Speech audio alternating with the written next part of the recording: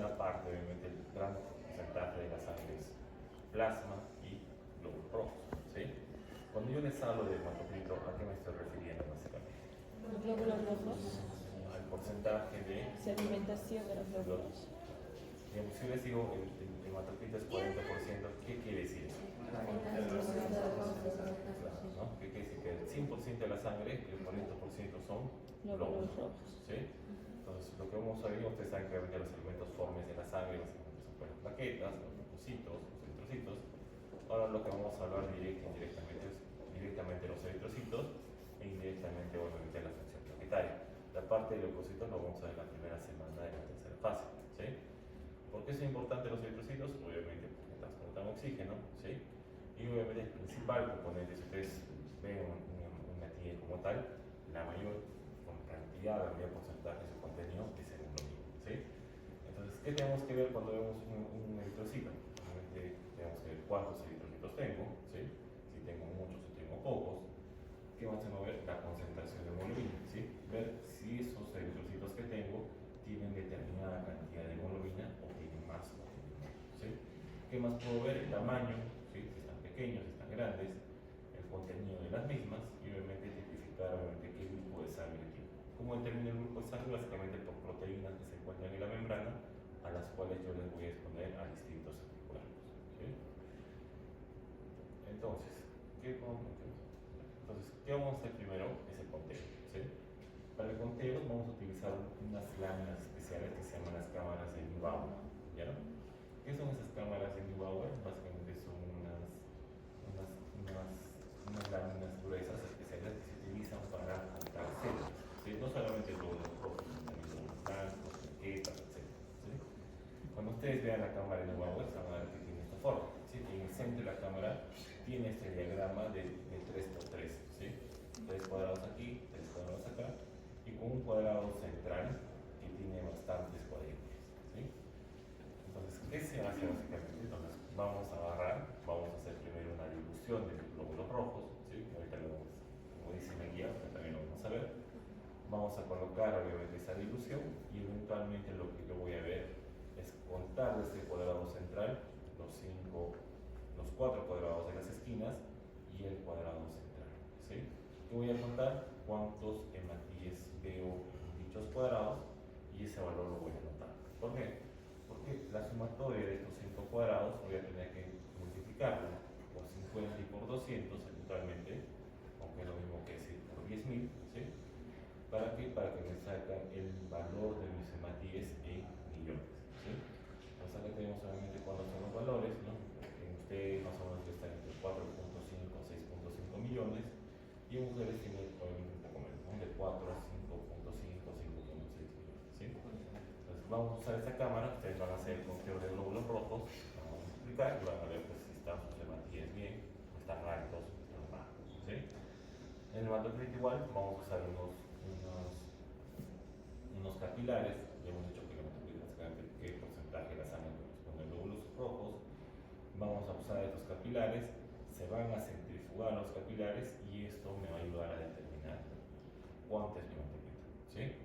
Normalmente debe estar entre 40 y 50%, ¿sí? Obviamente eso va a variar con la altura, con el sexo, ¿sí? Y finalmente lo que vamos a calcular son las constantes corpusculares, ¿sí? ¿Cuáles son las 3 constantes corpusculares? El volumen corpuscular medio, la hemoglobina corpuscular media y concentración de hemoglobina corpuscular, ¿no? Entonces, para calcular esto, ¿qué necesitamos? O sea, para el primer valor, el hematocrito. ¿Lo vamos a calcular? Sí, ¿no? Porque tenemos el nuestro vamos a hacer el hematocrito. Segundo, ¿qué necesito? La recuento del tercetario, que ustedes también lo van a hacer con la cámara de Neubauer, ¿sí? Entonces, ahí van a poder calcular cuánto es su volumen corpuscular. En el segundo caso les pide la hemoglobina corpuscular media, ¿no? Se pide calcular la hemoglobina, ¿sí? Que eso también se puede calcular indirectamente a partir del hematocrito y al recuento del tercetario que ustedes ya lo van a tener. Y la última constante corpuscular, que es la concentración de hemoglobina corpuscular media, que es, bueno, tener la hemoglobina que se calcula y tener el hematocrito que yo lo voy a calcular, ¿sí? ¿Para qué me sirve ver esto? Obviamente para, en el caso, por ejemplo, del volumen corpuscular medio, me ayuda a ver pues, si los glóbulos rojos tienen un tamaño adecuado, ¿sí? Si son normocíticos, ¿sí? Si son son más grandes de lo esperado, se dice que son macrocíticos, si son más pequeños de lo esperado, microcíticos. ¿Sí? Y la hemoglobina corpuscular media básicamente dice cuánta cantidad de hemoglobina hay dentro del hematígeno. ¿Sí? Entonces, si es normal, la cantidad de hemoglobina se dice que es normocrómica, si es menor, se dice que es hipocrómica, y si es mayor, se dice que es hipercrómica. Eso también para que me ayuda para clasificar ciertas alteraciones de la sangre, sobre todo las anemias, ¿no? Porque obviamente cuando tú tienes anemia, tienes un cuadro hematológico, tienes que tener, ¿no? Si los glóbulos rojos son macrocíticos, microcíticos, hipocrómicos o hipercrómicos. ¿Bien? La tipificación del RH simplemente es colocar obviamente mis hematíes, ¿sí? Y lo que vamos a ver es que cada hematíe, digamos que este es un grupo A, ¿no? Este es un grupo O, este es un grupo B, este es un grupo AB, tiene en su superficie, ¿qué cosa? Unas proteínas llamadas los grupos sanguíneos. ¿Sí? Entonces, ¿qué es lo que hacemos? Obviamente, estos grupos sanguíneos están determinados ya genéticamente. Sus abuelos obviamente tienen determinado grupo sanguíneo, que obviamente por herencia mendeliana se las pasan a ustedes. ¿Sí? Entonces, ¿qué pasa? El grupo O, como tal, no tiene una proteína del grupo ABO como tal. ¿Sí? No tiene proteínas. El grupo A tiene obviamente un antígeno que se llama antígeno A, el grupo B tiene un antígeno que se llama antígeno B, y el grupo AB tiene tanto el antígeno A como el antígeno B. ¿Sí? Entonces, ¿en qué consiste básicamente esto? Que yo voy a colocar sangre de ustedes, obviamente sangre de lo que no sabe su grupo, bueno, pues sí sabe, ¿no? Para confirmar, ¿sí? Y lo que voy a colocar es que he dicho que estos glóbulos rojos tienen antígenos, tienen proteínas, ¿sí? Entonces, ¿cómo determino yo si tiene determinado grupo o es otro grupo? Simplemente colocando antisueros, que es lo mismo que decir anticuerpos, ¿sí? Si la persona es grupo A positivo y yo le coloco anticuerpos contra A, ¿qué creen que va a pasar? Va a aglutinar la sangre. Se va a unir y ¿qué va a haber eso? Va a haber una reacción antígeno-anticuerpo, ¿sí? ¿Sí? Entonces, ¿qué pasaría si el paciente es grupo B? No va a ser nada. ¿No? Entonces, ¿qué va a pasar más bien en el paciente B? Que cuando yo le coloque el antisuero anti-B o el anticuerpo anti-B, ¿qué va a pasar?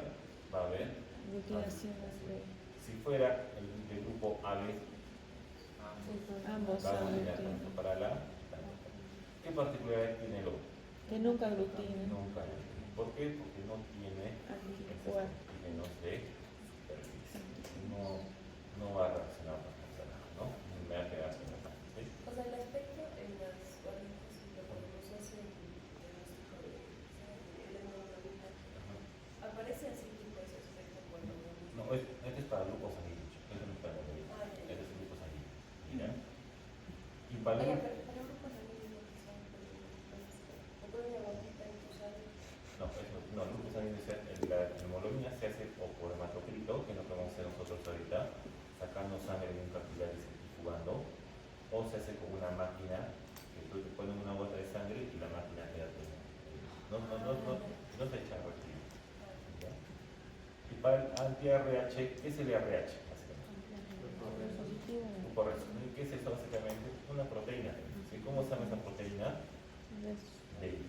¿Sí? Proteína D. ¿Sí? Se le conoce como RH, pero es una proteína D. ¿Sí?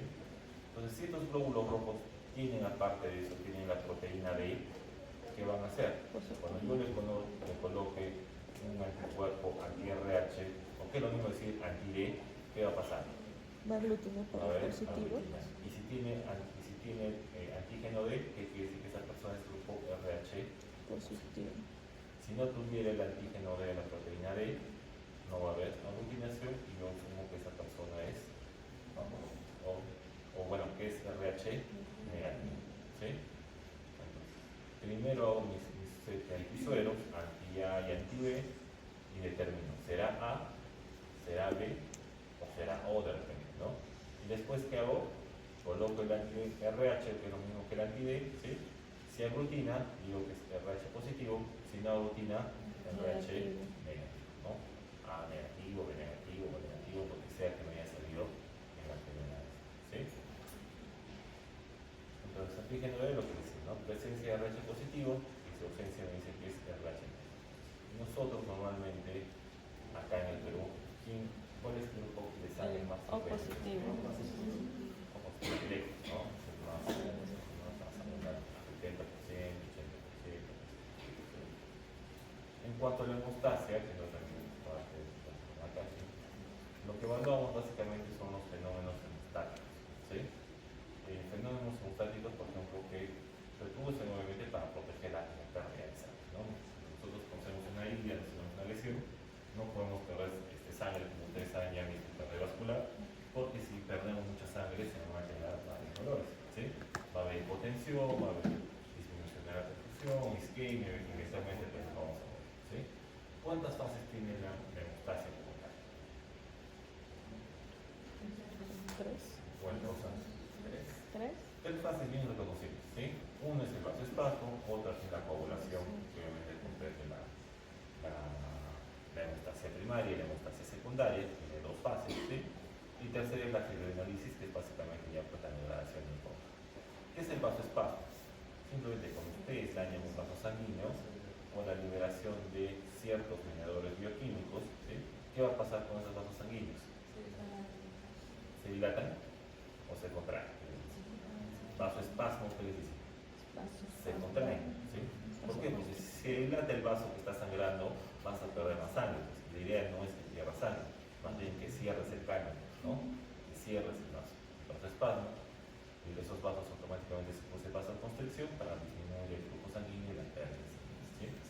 La coagulación como tal tiene dos fases, hemostasia primaria y hemostasia secundaria, ¿sí? En la hemostasia primaria, ¿quién participa principalmente? Las plaquetas y el endotelio vascular, ¿sí?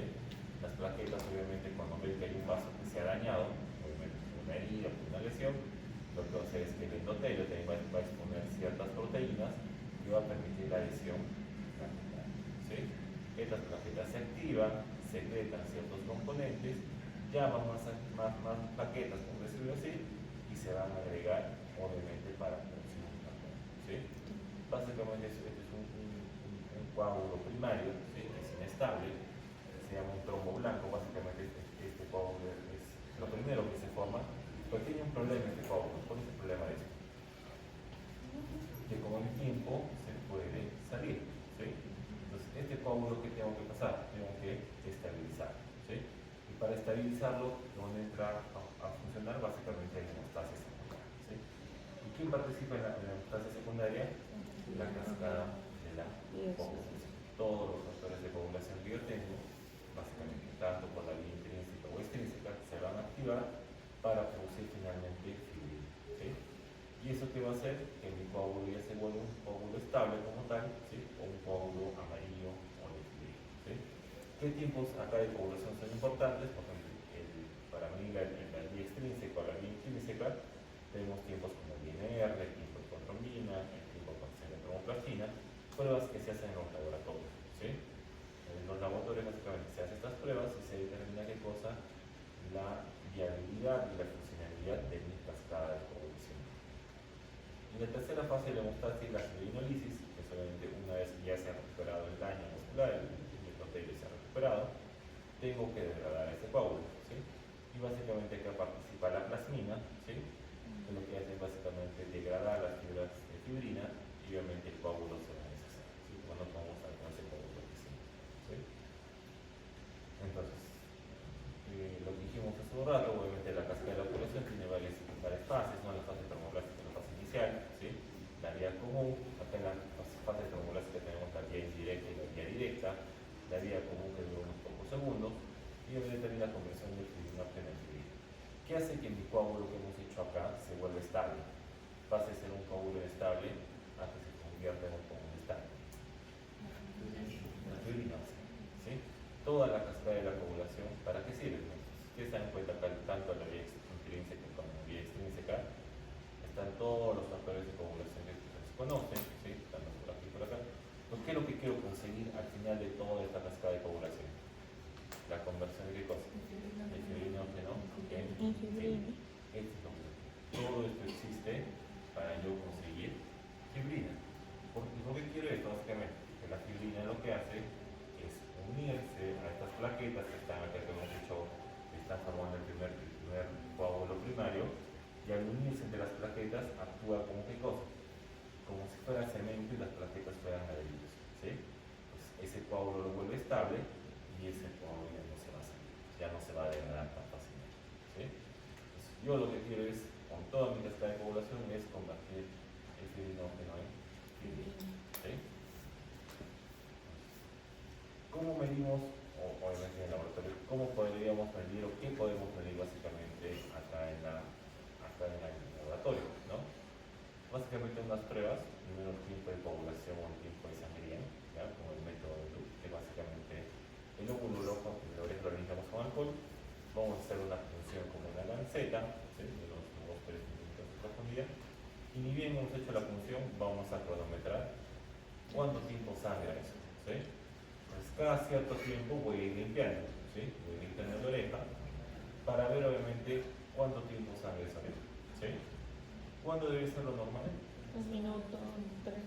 ¿Cuánto creen, chicos? Toda esa nada. ¿Cuánto creen que debería de tener? A 1 minuto. 1 a 3 minutos, ¿ya? Sin más de eso, mi tiempo de sangría está prolongado, ¿sí? ¿Y qué mide el tiempo de sangría básicamente? El mecanismo de hemostasia. La hemostasia primaria. Entonces, si yo digo que está midiendo la hemostasia primaria, ¿qué me está midiendo?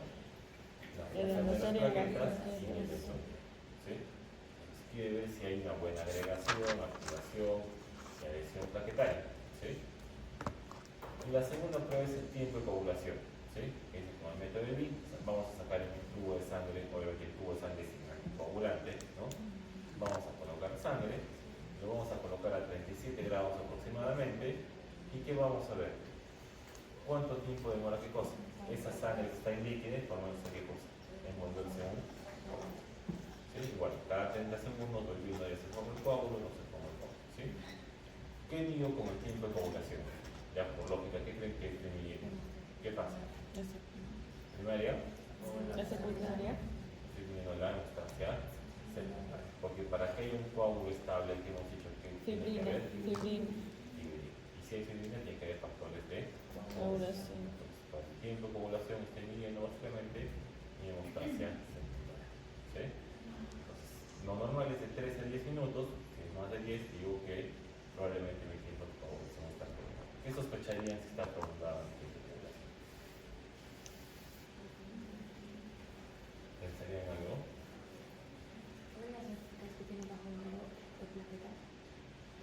Ya que el tiempo de sangría, ¿no? Podría ser, ¿no? Porque tengo baja cantidad de plaquetas o que mis plaquetas de repente no están funcionando como deberían, ¿sí? Pero sí es el tiempo de coagulación. Ajá. Ya, puede ser bajo cualquier, pero más común eso. Fibrina. Que simplemente no tengo pues factores de coagulación, ¿no? Aunque tengo un déficit de qué cosa, de factores de coagulación. ¿Cuál es una de las enfermedades más comunes, más estudiadas de los déficits de factores de coagulación? La cefalea, ¿sí? Que es deficiencia de factor 8 y factor 9, ¿sí? Esta parte de característicos lo que necesito, ¿no? ¿Qué vamos a hacer primero para la prueba de guía? Vamos a sacar sangre de ustedes. Bueno, no vamos a usar estas pipetas, vamos a usar las pipetas automatizadas. Vamos a hacer una dilución, ¿sí? ¿De cuánto es la dilución más o menos? De 1 en 20, 1 en 40, eso vamos a ver cómo está, ¿ya? Vamos a colocar mi dilución en donde? En la cámara de Neubauer, ¿sí? Y esa cámara de Neubauer la voy a ver.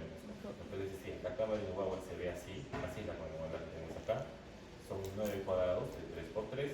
¿Cuál voy a utilizar para contar? Las esquinas, 4 El esquinas. cuadrante central, y este cuadrante central, las 4 4 esquinas y y una el cuadrante central. del medio, ¿sí?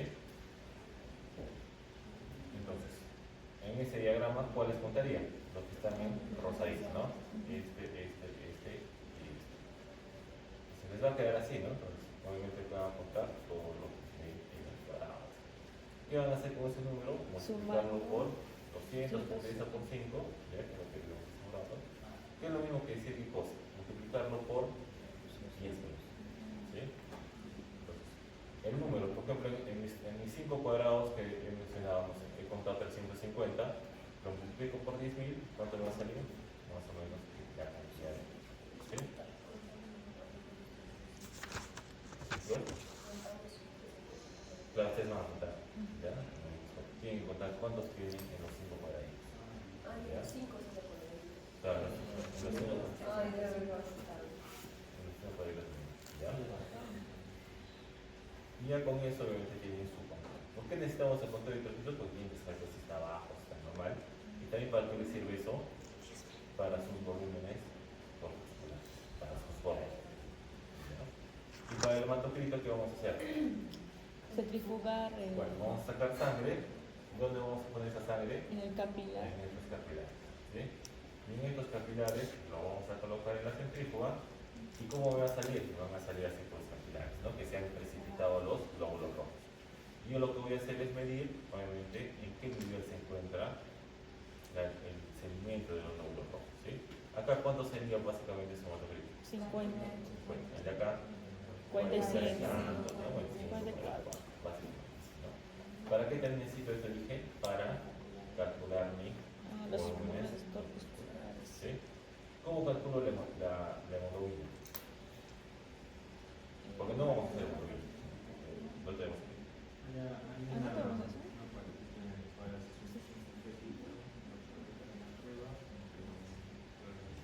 Pero, ¿se puede calcular la hemoglobina a partir del hematocrito? ¿El de 3? Exacto. ¿Sí? Si me sale que tengo 45 de hematocrito, ¿cuándo sería mi hemoglobina? 16. ¿No? Entonces, no es exacto, pero se da bastante cercano. ¿Sí? Entonces, ¿cómo se coloca? Ahí tenemos unas tablitas para medir el hematocrito. Una vez que sale del hematocrito, lo que hago es colocar mi tubo tal cual está mencionado acá, borde inferior en 0, borde superior donde está el paso en 100, y voy a ver obviamente en qué nivel se encuentran mis nombres. En este caso, ¿cuánto sería el hematocrito? 40, ¿no? 40. ¿Sí? Obviamente, ¿para qué me sirve eso? Para saber pues, si una persona está normal, para una persona que tiene anemia, para ver si esa persona tiene policitemia, que es obviamente el extremo, ¿no? Tiene muchos glóbulos rojos y tiene demasiada hemoglobina. El grupo sanguíneo, lo que les dije, ¿no? Hace un rato, básicamente determinación, obviamente el grupo sanguíneo, dependiendo de qué cosa, de los antígenos o las proteínas que tiene obviamente en su superficie, ¿sí? Y eso obviamente aplicando los grupos ABO y el antígeno RH. ¿No?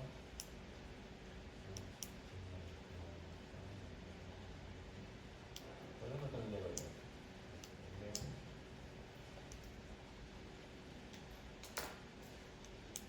Y es igual, ¿no? Lo que dije hace un rato, básicamente la cascada de la población lo que hace es simplemente medir obviamente la participación en el caso de la hemostasia primaria, que dijimos, la vasoconstricción, la adhesión y agregación plaquetaria. Entonces, estas plaquetas cuando están viajando por la circulación se adhieren a la pared del endotelio, liberan ciertas sustancias como el ADP, factor activador plaquetario, el termoxano A2, llamamos más plaquetas y que se forma el tapón plaquetario. ¿Cuál es el problema de eso? Que es un tapón inestable. ¿Qué tengo que pasar? Activar obviamente toda mi cascada de coagulación.